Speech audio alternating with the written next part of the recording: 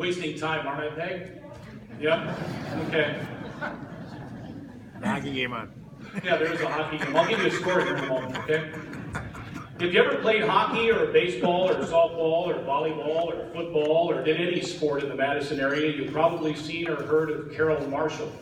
She grew up on the south side, attended Madison Central High School. At the time in high school, girls could only dream of playing varsity sports, but she found a way to play anyway, somehow, and stayed involved, got involved in anything she could.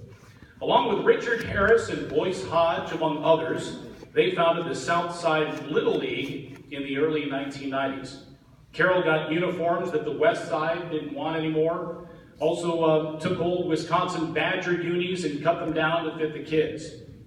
She also coached baseball. In fact, she coached Tyrone Braxton briefly, from what I understand.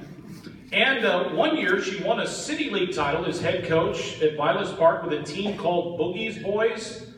I believe her sons John and Jim were on that team, along with Jeep Christ.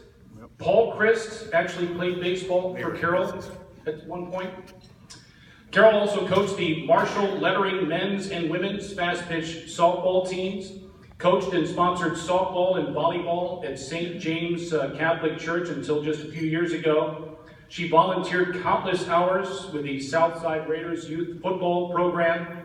And besides her family, Carol says her greatest pleasure in life was coaching kids. Carol's passion for hockey began on the outside rink at Franklin Park, right by the house that her husband and her lived in or have for some 60 years. John, Jim, Joel, Jeff, Mary, and Michelle, all living in that house. A longtime supporter of Southside youth hockey, the Westmoreland Saints, and now the Polar Cats, Carol helped organize a successful fundraiser in which hockey moms played games. So they raised money while the moms were out there skating. One year, Bob Johnson was the referee of this mom's all-star game, right, Carol? Badger Bob gave Carol a penalty for too many men on the ice, or too many players on the ice, politically correct. The reason that Bob gave her too many men or players on the ice penalty, she was pregnant with her son Joel. In the 1960s, along with Sonny Fuller and Fritz Ragatz, among others, Carol helped found the UW Blue Line Club and followed the Badger hockey team religiously. She was also an avid member of the Hockey Booster Club at UW Stevens Point, my alma mater, where her sons Jeff and Joel both played in the early 1990s.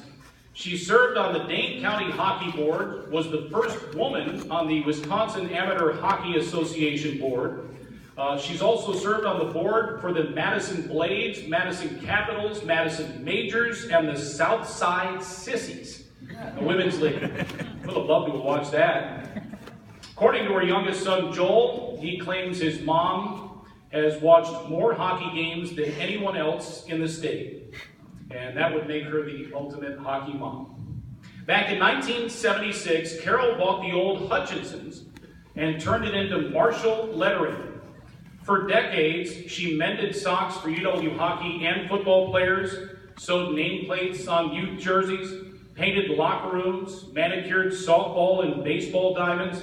I just found out also tonight that she embroidered Steve Brown's curling team's uniforms. She also embroidered the championship banners for Madison Memorial Swimming State Championships as well. Didn't know all this stuff.